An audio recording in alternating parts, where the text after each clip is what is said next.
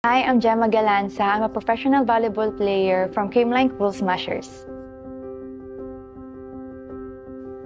I will define myself as inspiring kasi parang buong buhay ko ata na subaybayan ng maraming tao. Nakita nila akong mag-struggle sa life, umiiyak after matalo sa isang laro. Pero ngayon, nandito ko sa harap ninyo, sa harap ng mga taong sumusuporta sa akin na nakikita pa rin akong lumalaban para sa pangarap ko, mas matibay, and aiming for more sa life. And ito yung mga nilulook up sa akin ng madaming tao. Yes!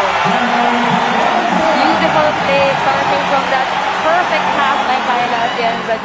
Meron tayong mga sariling desisyon para sa sarili natin na alam natin na makakabuti sa atin. Pero nung pinili ko yung sarili ko, madaming naapektuhan sa life ko, yung mga friends ko, and pati na rin yung volleyball career ko. Pero there was one time na gumising na lang ako na nilet go ko lahat ng pain, yung worries ko sa life. And yun nga, mas finil ko yung pain na nafe-feel ko nung time na yun. And sinabi ko sa sarili ko na matatapos din tong lahat.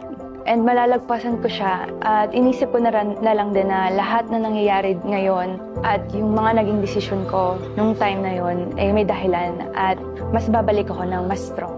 For me, kapag lagi kang nakangiti, nade-define siya as a strong person. Kasi kahit gaano ka nagsistruggle sa life, mas pinipili mo pa rin ngumiti sa harap ng maraming tao at mag-share ng good vibes.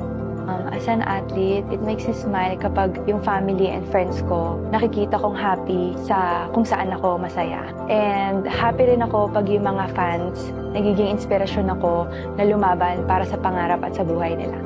Sa amin, sobrang importante ng lagi kaming nakangiti, especially sa team namin. And kasi manta talaga ng Creamline Cool Smashers ay happy-happy lang and good vibes. So gusto namin na nakasmile at happy while playing kasi magaan siya, magaan yung presence mo sa loob ng court, madali kang lapitan ng teammates mo, and madaling tanggapin yung mga pagkakamali mo kapag sinasabihan ka na kasi madali kang malalapitan nila kasi you always smile. And maganda din na nakasmile kami sa loob ng court kasi nakikita ng ibang tao na nag-e-enjoy kami. And nafe-feel din nila na kung gaano kami ka-passionate sa paglalaro ng volleyball. At sa mga kababaihan, Happy International Women's Month. At talagaan natin ang ating mga smiles. Ako po si Gemma Galanza, nagpapaalala, let your smile empower you.